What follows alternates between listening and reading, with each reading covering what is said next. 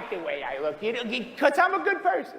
I don't care about what I wear or what I don't wear. He walks around in baggy shorts and old sneakers.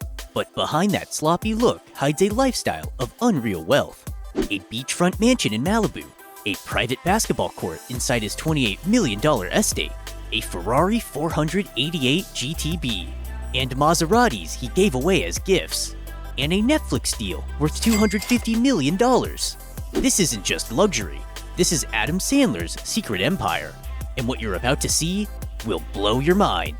For over 30 years, Adam Sandler has done what few in Hollywood ever manage. Stay relevant, stay loved, and stay filthy rich. From the class clown of Brooklyn to the face of billion-dollar box office comedies, Sandler has built a career that defies all logic, goofy on screen, but genius behind the scenes. He's been a singing wedding entertainer, a failed hockey player turned golfer, a desperate jeweler in a thriller, and a producer pulling strings from the shadows.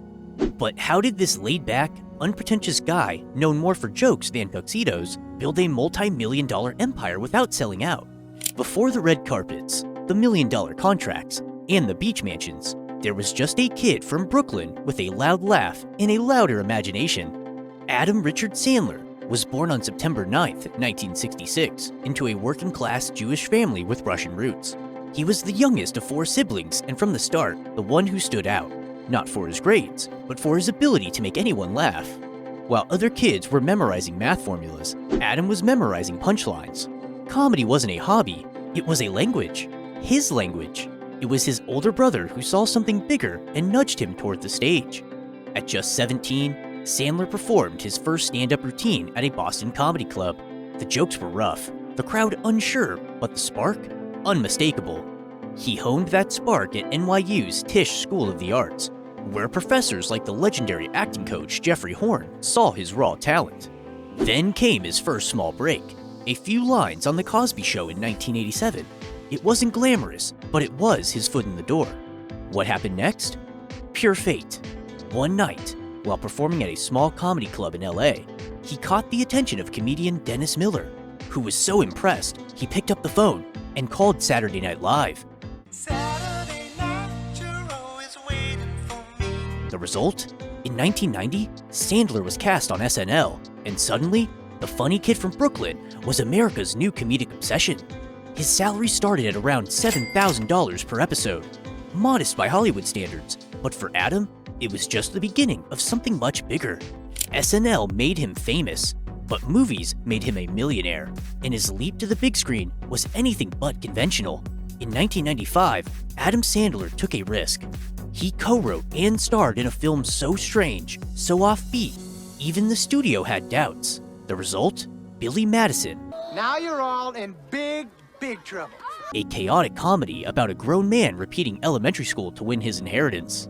Critics called it ridiculous. Audience called it hilarious. The film made over $26 million, and more importantly, gave Sandler creative control. Something few comedians ever get that early in their careers. And then came the film that defined his early brand, Happy Gilmore, 1996. A hockey player with anger issues who discovers he's a golf prodigy? It was absurd, but it worked. With Happy Gilmore, Sandler became more than a funny guy. He became a bankable box office name. Hollywood took notice, and the offers started flooding in. In the late 90s, his paychecks grew exponentially. $2.5 million for Bulletproof, 1996.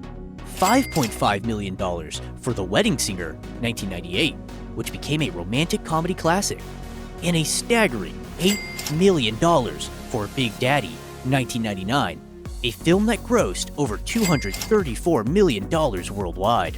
And here's what made Sandler different. He wasn't chasing awards, he was chasing his audience.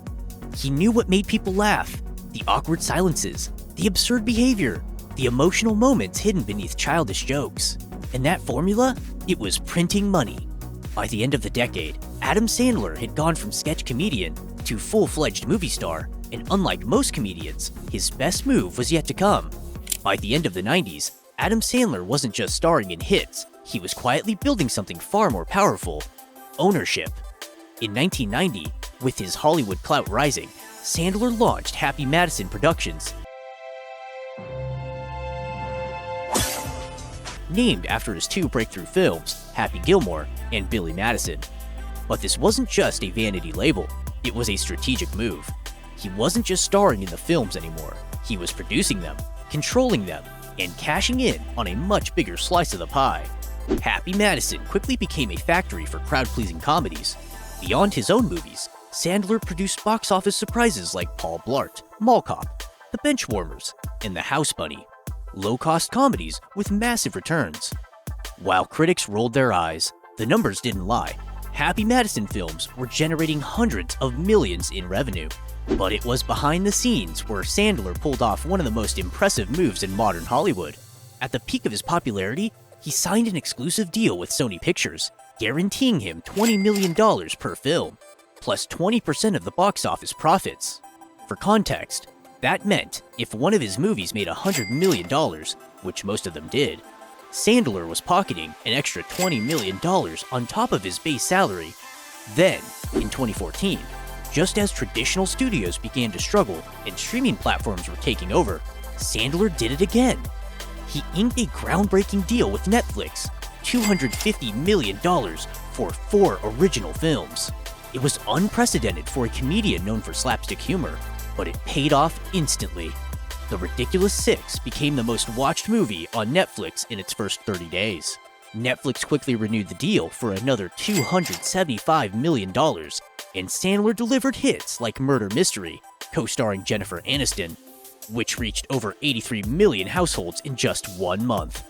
At this point, Adam Sandler wasn't just an actor or even a producer, he had become a content powerhouse, with a fan base loyal enough to follow him from cinemas straight into the streaming revolution. And through it all, while the money rolled in, Sandler's public image remained exactly the same. Casual, funny, approachable, almost understated. But make no mistakes, behind the dad jokes and oversized hoodies is a man who plays the business game better than most CEOs. And while Sandler may look like your average guy on the street, his lifestyle is anything but average, because when you're earning 8 figures per film, you don't just live well, you live like a king. If you ever spot Adam Sandler in public, you might think he's just another laid-back dad running errands. Baggy basketball shorts, worn-out sneakers, and an oversized t-shirt hardly have the look of a multimillionaire. But that's exactly what makes him fascinating, because beneath that ultra-casual appearance is a man living in serene, strategic luxury. Let's start in Pacific Palisades, one of the most exclusive neighborhoods in Los Angeles, home to stars like Tom Hanks and Steven Spielberg. There, Sandler owns a 12,000 square foot mansion, purchased for $12 million, now valued at over $28 million. The real estate includes 7 bedrooms, 9 bathrooms, high vaulted ceilings, panoramic windows, and a private indoor basketball court where he regularly plays with friends and even fellow celebrities. Then there's his Malibu beach house, nestled right on the coast with waves from the Pacific practically touching the edge of his deck. Acquired in 2001 for $3.1 million, this 3-story modern masterpiece features wall-to-wall glass, an open-air terrace, and sunsets so cinematic they look staged. For East Coast escapes, Sandler owns a waterfront property in Highland Beach, Florida, bought for around $3 million.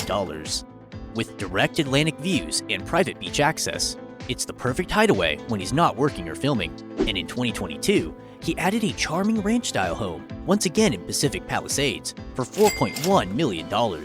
It might seem modest with only 3 bedrooms, but approved blueprints reveal plans to transform it into a 7,500 square foot mansion. Because even when Sandler buys small, he's always thinking long-term. His homes are not just shelters, they're statements. Not flashy, not gold-plated, but quietly elegant, exquisitely designed, and perfectly placed. They reflect who he really is, a man who doesn't need to show off, because his empire speaks for itself. And while his homes whisper quiet luxury, his garage tells a slightly louder story. Because when Adam Sandler hits the road, he does it in a serious style.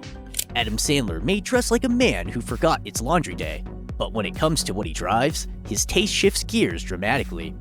His car collection isn't the flashiest in Hollywood, but it's curated with a kind of effortless class.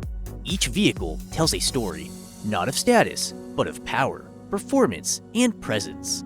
Sitting at the crown of his garage is the Ferrari 488 GTB, a sleek, aggressive Italian supercar that roars from 0 to 60 in just 3 seconds. Price tag? Over $330,000.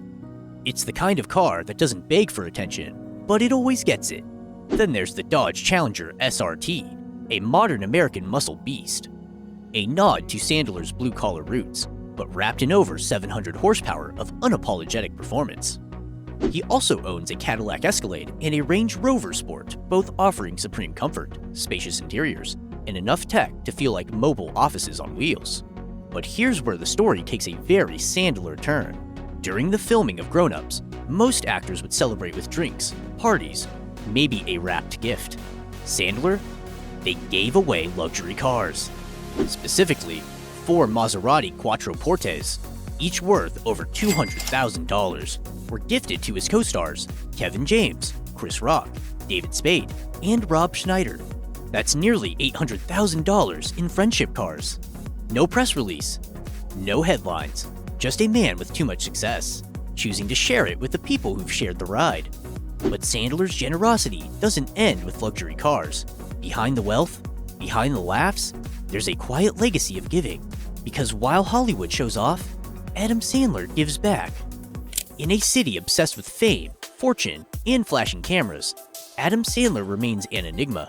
A megastar with the heart of a neighbor, the soul of a friend, and the humility of someone who never forgot where he came from. While others build empires to be seen, Sandler quietly built a legacy of giving often away from the cameras, without applause, without hashtags.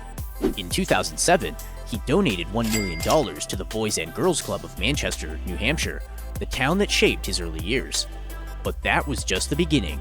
Over the years, Sandler has supported countless causes: pediatric hospitals, cancer research foundations, relief efforts for natural disasters, educational scholarships.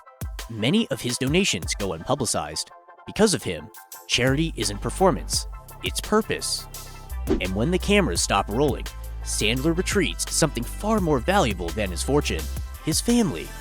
He's been married to Jackie Sandler since 2003, an actress he met on set and who appears in many of his films. Together, they have 2 daughters, Sadie and Sunny, who occasionally pop up in cameos, always with a smile, and always, it seems, by choice. Unlike many in Hollywood, Sandler keeps his personal life just that, personal. No scandals, no showy vacations, just quiet moments, basketball games at home, and time with the people who matter most.